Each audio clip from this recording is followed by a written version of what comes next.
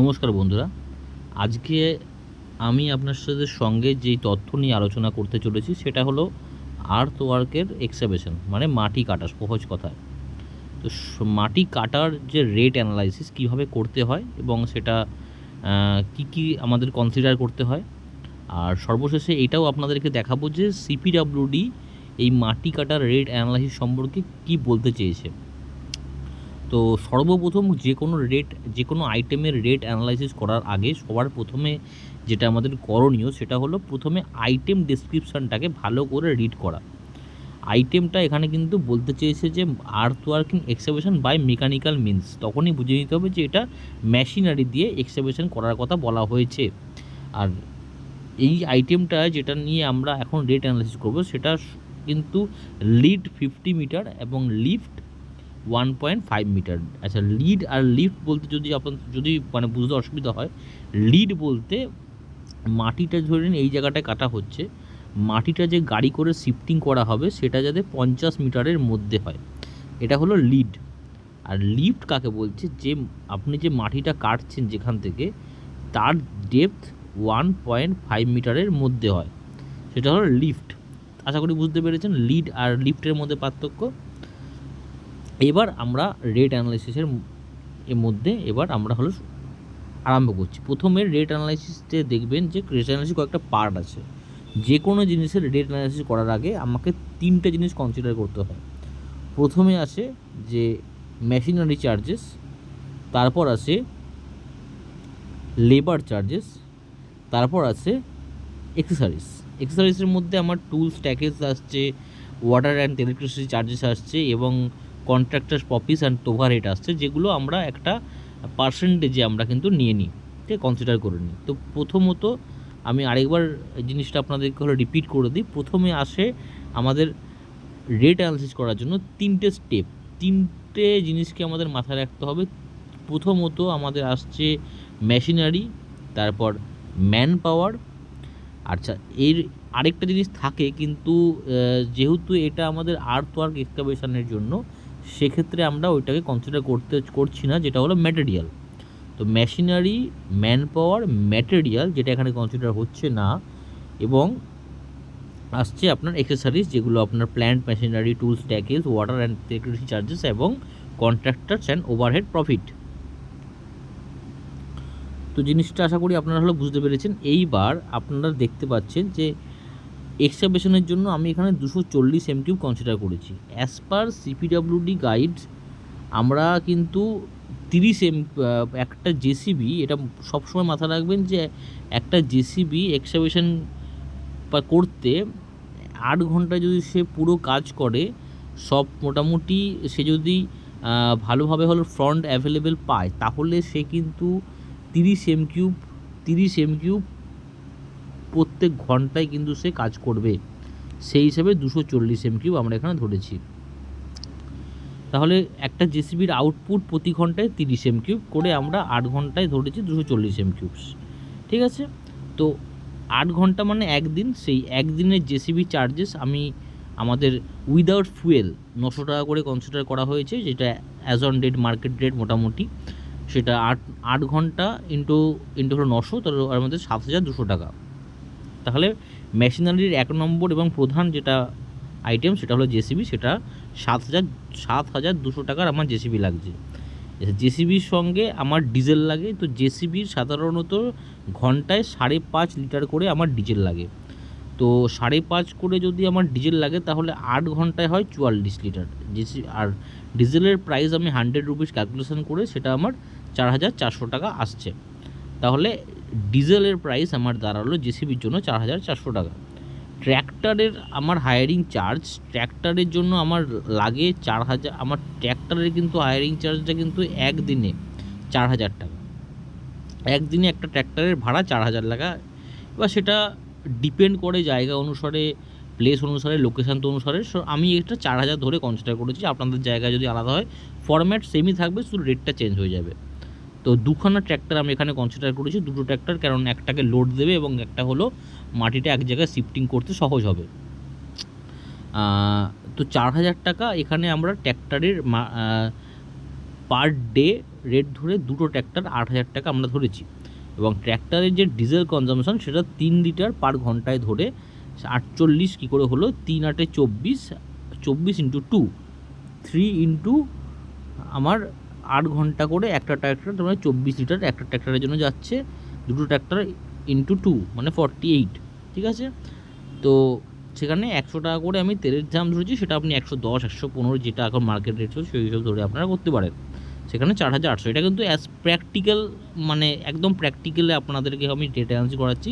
এর পরের স্টেপে আমি আপনাদেরকে বোঝাবো সিপিডব্লিউডিতে কী বলতে চেয়েছে। এবং এই ফুয়েল কনজামশন আমার 4,800 আসার পরে আমি লাইম অ্যান্ড মিসেলিনিয়াস, মানে মাটি কাটার আগে যে আমাদেরকে হলো জায়গাটাকে হলো মানে চুন মার্কিং করতে হয় এবং মাটিটাকে কিছুটা হলো পরিষ্কার করাতে হয়, সেগুলো মিসেলিনিয়াস কিছু কাজ থাকে যেগুলো আমি সেখানে 500 টাকা আমি তার মধ্যে হলো কনসিডার করেছি। এবং ম্যাশন এবং লেবার, যেটা কখনো কী হয় বাকেটের মধ্যে হলো মাটি লেগে যায়, বাকেটটাকে পরিষ্কার করতে হয়, টাকা আমাদের বা ট্র্যাক্টর যখন আনলোডিং করতে হয় তখন ট্র্যাক্টরের মধ্যে কিছু মাটি লেগে থাকে, সেটাকে মানে পরিষ্কার করতে হয়। যাতায়াতের রাস্তাটাকে আমাদের হলো বা সঠিকভাবে হলো পরিষ্কার রাখতে হয় যাতে কোনো অবস্ট্রাকেল না আসে। তো সেক্ষেত্রে যে লেবার এবং মেশিন এবং লেবার লাগে, তাদের আমি এখানে একটা কস্ট আমি একটা লেবারের জন্য আমি ধরেছি 650 টাকা রেট, এবং দুটো এবং 2700 টাকা ধরেছি আমি ড্রেসিংয়ের মানে ওয়ার্কের জন্য। তো এটা একটুখানি স্লাইডলি বেশি ধরা আছে, মানে ডিউ সেফ সাইডের জন্য। তো এটা আপনাদের যেখানে মানে যেই রকম লেবার লাগতে পারে মানে কন্ডিশন অনুসারে সেটা আপনারা দেখতে পারেন, কারণ এটা ডিপেন্ড করছে কোন জায়গায় কাজটা আপনি হলো করছেন। আচ্ছা, এরপরে 2% আমার যে টোটাল যেই এই জায়গাটা থেকে টোটাল যত টাকা হচ্ছে তার ওপর আমি 2% আমি অ্যাড করে দিলাম, তখন হচ্ছে 578 টাকা। হয়তো বললাম এই যে টোটাল এই যে এখানে যত টাকা আমার দাঁড়ালো তার ওপর 2% অ্যাড করলাম, কেন? টুলস অ্যান্ড মেশিনারির জন্য। সেখানে আমার দাঁড়ালো 578 টাকা। তার ওপর আমার 2% অ্যাড করার পরে হলো কত, 29,000 টাকা। এবং সেই 29,000-এর ওপর আমি আবার ওয়াটার এবং ইলেকট্রিসিটি চার্জ আমি যোগ করলাম 2%, আবার সেক্ষেত্রে হলো 590 টাকা। তারপরে যে 30,000 টাকাটা দাঁড়ালো সেইখানে আমি আবার 15% কন্ট্রাক্টের প্রফিট ধরলাম 4,510 টাকা, নিয়ে এলো কত, 34,578 টাকা। সেটা পার এম কিউব কস্ট 144। সেটা 144 কেমন করে হলো, এই 34,578-কে আমি 240 ধরে ভাগ করলাম, কারণ আমি যে টোটাল যেই ক্যালকুলেশান, যেই রেট অ্যানালাইসিসটা আমরা করলাম পার ডে, একদিনের হিসাবে, একদিনে আমি 240 MQ মাটি কাটি, এইটা কনসিডার করে। কেন কাটি? কারণ একটা জেসিবির আউটপুট একদিন 1 ঘন্টায় 30 MQ, অ্যাজ পার সিপিডব্লিউডি বলছে। এটা আমি বলছি না, এটা আমাদের সিপিডব্লিউডি থেকেই আমাদের এটাকে হলো দেওয়া হয়েছে। এরপরে আমি জাস্ট আসি সিপিডব্লিউডিতে।